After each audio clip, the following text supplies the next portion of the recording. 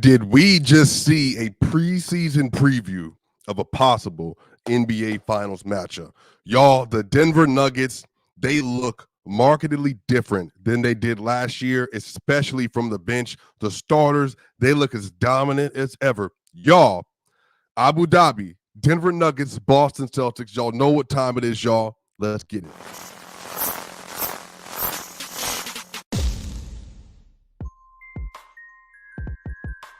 While the Denver Nuggets unable to come away with the win versus the Boston Celtics, y'all, but this was an incredible game that we got an opportunity to learn a lot about what this team is going to look like, not just this preseason, but also going into the regular season, y'all. This is your boy Swipa. We are back. NBA basketball is back. This is the first game of the brand new NBA season, and we're in a situation now where, look, the Denver Nuggets, they look like a team that's made pretty stark adjustments, not just in their bench personnel and adding Christian Brown to the starting unit, but also in their rotation and how you can kind of see how they're planning to approach this NBA season from a rotation standpoint. Y'all, the Denver Nuggets, they end up losing 107 to 103, but I think in the most important parts of the game in the first half, when the starters and the bench were playing, the two teams show that there are levels they're going to be able to get to this regular season that not many other teams can get to. And the Nuggets played really good defense. Celtics played really good defense. You saw why the Celtics won the title last year. Jason Tatum, Jaylen Brown, Drew Holiday, Derek White, no KP, no Al Horford today, but the team is as deep as ever. Sam Hauser was incredible. Peyton Pritchard was excellent today. The Boston Celtics, they're going to be a tear in the Eastern Conference, and Joe Mazzulla is one of the best coaches in the league. Yo, real props to them for what they were able to put on the court, especially just given that this is like a runaround game in a whole different country. But I will say that the Denver Nuggets, man, despite a slow start at points, they were able to come together and play some really solid basketball over the course of this game. This game, y'all, overall, Jokic, 17 minutes, 14 points, 8 rebounds, 2 assists, 5 of 7 from the field, 4 of 5 from the free throw line, 2 steals. He was also a +4 in his minutes today. Christian Brown, 5, 5, and 3, 2 of 4 from the field, was a +7. Michael Porter Jr., 15 minutes, 12 points, and 2 rebounds. He was a +2 in his minutes. Jamal Murray didn't make a lot of his shots, only made 1 3-pointer today. He was 1 of 4 from the field, 1 of 3 from 3, had 2 steals. He was even in his minutes, 3 points, 1 rebound, and 2 assists. Aaron Gordon, 3 of 10 from the field, 7 points, 3 rebounds, and 3 assists, 1 of 4 from 3. He was also a net zero. Let me give this overall takeaway from what I saw with Christian Brown with the starters. They look massive. They look huge. They look like a team that's going to be a dominant rebounding team. They look like a team that's going to be a dominant offensive rebounding team. And from a physicality standpoint, they are nothing to sneeze at all. I'm talking about Christian Brown makes this unit look even bigger and more athletic than it was previously with KCP. Now, with KCP, you're losing a lot off ball screening, off ball navigation, his ability to hit that corner 3-point shot, the DHO handoffs with Jokic at the nail. We've gone over this stuff before. They're going to have to make some changes in their offense, bar none. But defensively, they looked really incredible today. And especially, y'all, I want to give a shout out to Christian Brown. The defense he was able to play versus Jason Tatum today was very good. JT, 12 points, 6 rebounds, and 5 assists, 4 of 11 from the field. He was 3 of 7 from 3, 1 of 2 from the free throw line. He was a -8 in his minutes today. Jaylen Brown, 8 points, 2 rebounds, 2 assists on 3 of 9 from the field, -8. Drew Holiday, 4 points, 2 of 7 from the field, -7. Derek White, 9 points, 3 of 9 from the field, -8. And Christian Brown, over the course of this game in the first half, took responsibility as the lead guarding option, the lead POA defender on a lot of these players, and especially Tatum. And he got really 2 really great defensive possessions on Jason Tatum, which led to a block towards that left post area. And then he tried to drive past him on the right side, was able to get a nice defensive stop as well. I think they got a 24-second shot clock violation on that possession. But just really good, solid play from CB today. They're definitely going to need to figure out kind of some of the offensive motions with him in the lineup, but he was just really good. CB starts the game off, gets a free throw. Michael Porter Jr. had a really good game. He was getting dunks in transition, getting nice three-point shots. They even had the ball rotating on a play where they passed it out, swing back to Porter on a nice left wing three-pointer.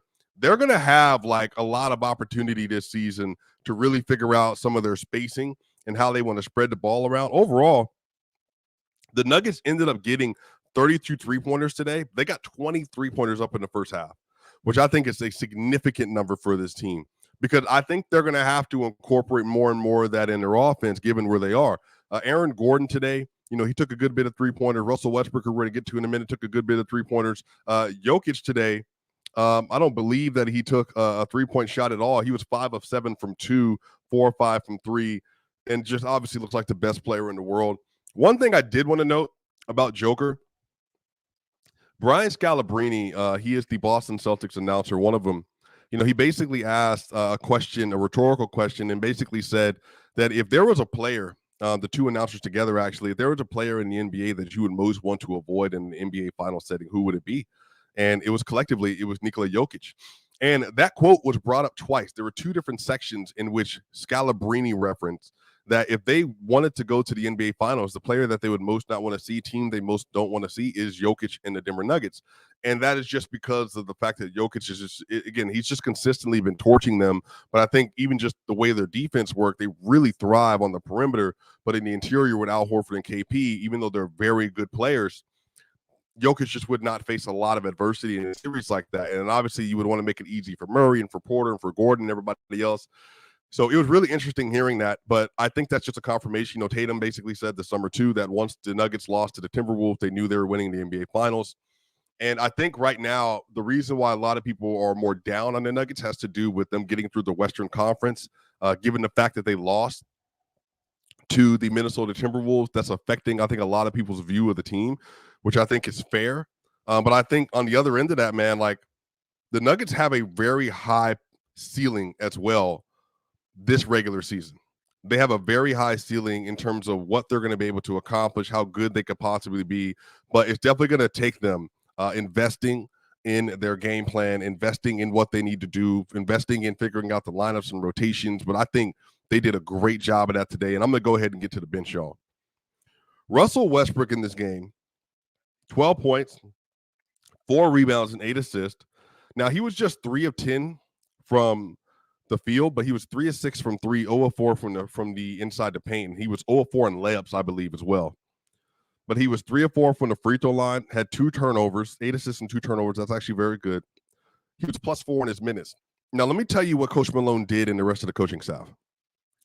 What they did was they said that we know Russ has his deficiencies, the things that he doesn't do at a super high level.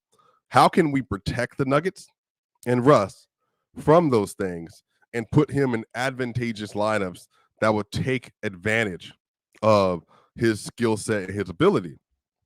So the first Russ lineup, Russ came in at the 2 spot for Christian Brown at one point. But the first true Russ lineup was Russell Westbrook at the point guard, Julian Strawther at the 2, Michael Porter Jr. at the 3, Hunter Tyson at the 4, and it was Jokic at the 5. And in that unit, they basically said that, look, we're going to give him spacing everywhere. So that way he can kick, he can drive, he can do what he needs to do, and then he can create opportunities for other people. And then when Jokic went out, Vlaco came in for Michael Porter Jr., and then you had Dario Saric came in for Nikola Jokic. And so now you have Julian Strawther, you have Vlaco Hunter Tyson, and then you have Dario Saric. And that unit, Russ came in the game with them, and then when they got in the game, man, Russ was driving, kicking out to the corner for Vlaco, wide open 3. And so now you see the methodology. Now, they're going to have to incorporate Peyton Watson in there a little bit. And so that's going to change the dynamic because that unit's not a good rebounding unit with Sarge and with Vlaco. They just don't have a lot of athleticism and verticality, so they're definitely going to have to work on that. But overall, man, like I can see the coaches looked into this offseason and said, okay, well, there are some things that Russ is going to be able to add to this roster. Playmaking, distributing, getting to the paint and finishing, getting to the paint and attacking, and then spot up three-pointer when he needs to. But for the most part, we're going to have to give him shooters around him. That way they can make life as easy as possible and then take over and then take over possessions when they need to get on one-on-one opportunities and drive. Now, Russ definitely has to convert on those layups.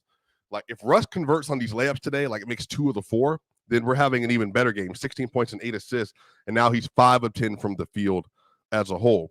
And that changes even his game. That changes the team dynamic. And even tonight, they might have won. So that's where some of the efficiency is going to come into play. But I'm talking about Russ in the context of being the 6th man off the bench. I want to make sure we're all holding that in concert with each other, and maybe even the 7th, depending on Peyton and Strawther and the rest of them. But the way that, 1,000%, Wes said it. Wes has, he has to stop missing layups. Yeah, that's a fact. But I'm not as concerned about it, because if you're in Denver, you saw KCP miss a lot of layups. You saw Reggie Jackson miss layups. That will happen. Russ, the thing that he added, though, is that because they put the shooting around him and the spacing, it just makes it to where there's a lot of dynamicism on the court. And I'm thinking in the future, Michael Porter Jr., Peyton Watson, Jamal Murray, there's going to be even more players that are able to be play finishers off of Russ. And then even Russ backdoor play finishing off of their action, or backdoor vertical spacing off their action. You know, they're trying to run a high pick and roll. Russ is on the baseline, operating in kind of a baseline dunker spot. He floats up to the rim. You're able to get a nice runner up there for him, or you're able to get him the ball, come downhill in transition. They're just going to be a really good kind of mix of things they're going to be able to do with him. But like I said, I think Saric, man, made a really good impact today. And, you know, I wasn't super high on Sarge. Everybody knows this, but 5 points, 3 rebounds, 1 assist. He was 2 of 4 from the field. He was a +7 in his minutes today. And then Hunter Tyson, 6 points, 3 rebounds, 1 assist, 2 of 5 from the field, 2 of 3 from 3. He was a +13 in his minutes. Now, Hunter Tyson is somebody I have not put in the Denver Nuggets lineup at all. But especially versus the Celtics, you know, you're watching them play Luke Cornett, Sam Hauser, Peyton Pritchard, and honestly, Xavier Tillman, players that are not super athletic, but they all know their role. They're all functional. So I think that if you were able to kind of build something similar with your bench unit with Dario, Vlaco, and then having Hunter Tyson, there's a way for them to be passable. There's a true way for them to be passable in being able to play good enough defense to where they're able to actually hit some shots on the other end and make up for some of the disadvantages they're going to have. So they're going to have a lot to play with this. But again, this is granted everyone staying healthy, obviously. Also, shout out Vlaco's first game back, 6-3-1. Now, he was a -11. Some of that was because of what happened in the late third quarter, fourth quarter. You know, no Russ and none of them in the game. But Vlaco's going to have a really important role in this team. He's a great vertical athlete. He is going to be somebody that's going to be a good finisher, a good defender for this team. They're going to need him to be able to lock in to take care of some business, but I think there's going to be a real path for him to be successful. Overall, man, it was just a really interesting game from a lineup construction. You know, like I said, they didn't play the starters at all in the second half. The rotational guys didn't play in the fourth quarter like the true Nuggets rotation guys. But overall, man, I think in the first half for Jokic to have 14, 8, 2, and 2 steals and 5 of 7. Christian Brown, 5 rebounds in the first half, which again is going to be part of his main skill set, rebounding and finishing plays and continuing possessions. MPJ, 12 points and 2 rebounds, 5 of 8 from the field. I think his scoring can be even better this year. He's going to have more opportunity to do that, I believe. And then on top of that, AG, Russ, and then mix in Jamal, mix in Peyton Watson, like you mix in Dario, mix in Julian Strawther. I just think this team functionally is going to be deeper than people realize, or at least want to give it credit for. But again, they're going to have to find ways to make it work. And I don't think that Russ, Peyton, and AG need to be playing together. But what I do want to continue to see is Russ today, when he got a 3-point shot, you just shoot it. When Aaron Gordon got a 3-point shot, you just shoot it. When Peyton Watson gets back, you just shoot it. Don't think about it. Don't think about it. Just get the ball up and you try to finish the play to the best of your ability, because I think that's going to be the formula. And for the Nuggets, if they can average 32, 38, let's say they average 38 3-pointers a game, 39 3-pointers a game, then you get them up, you live with it. You live with the results from there. If you can shoot 38% from 3 on the season, 37, 39, then you can take care of business. Do what you got to do. And really, it's about the players that are 3-point shooters really taking those shots. Like Jamal Murray, his game, I think, is going to have to continue to grow and adjust a little bit. He only got 3 3-pointers today. To be fair, they're tied for the second most among the starters, so it's still good. But Aaron Gordon, Russ, Peyton, like, they're just going to have to get it done. Somebody asked, how did Murray look today? Murray made a three-pointer to start the game off, and so then the Boston Celtics announcers, they were just like, man, like, that's a really good sign, what you want to see. Murray looks fine. Like, he didn't, you can tell, like, this is not like a regular season game where he's trying to go hard. You know, he looked like a dude that's trying to get in rhythm. I mean, similar to Tatum and Brown and Drew and Derek. Like, they were all -7, -8 today, every single one of them, and none of them shot 50% from the field.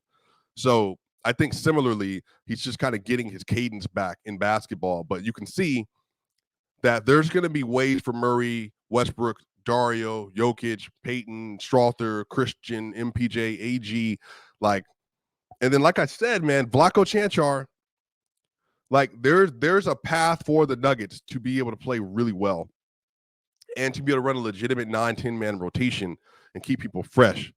And again, I'm not the biggest person on Dario, but what Dario does bring is the DHO passing stuff. And even like, he's not a great vertical athlete, but he did finish under the rim a couple of times. So all the way around, really good showing, really important game. The Nuggets ended up having 10 steals today. They gave up 13. They had 49 rebounds and 12 offensive rebounds. I think the Celtics had 10 offensive rebounds in the first half today.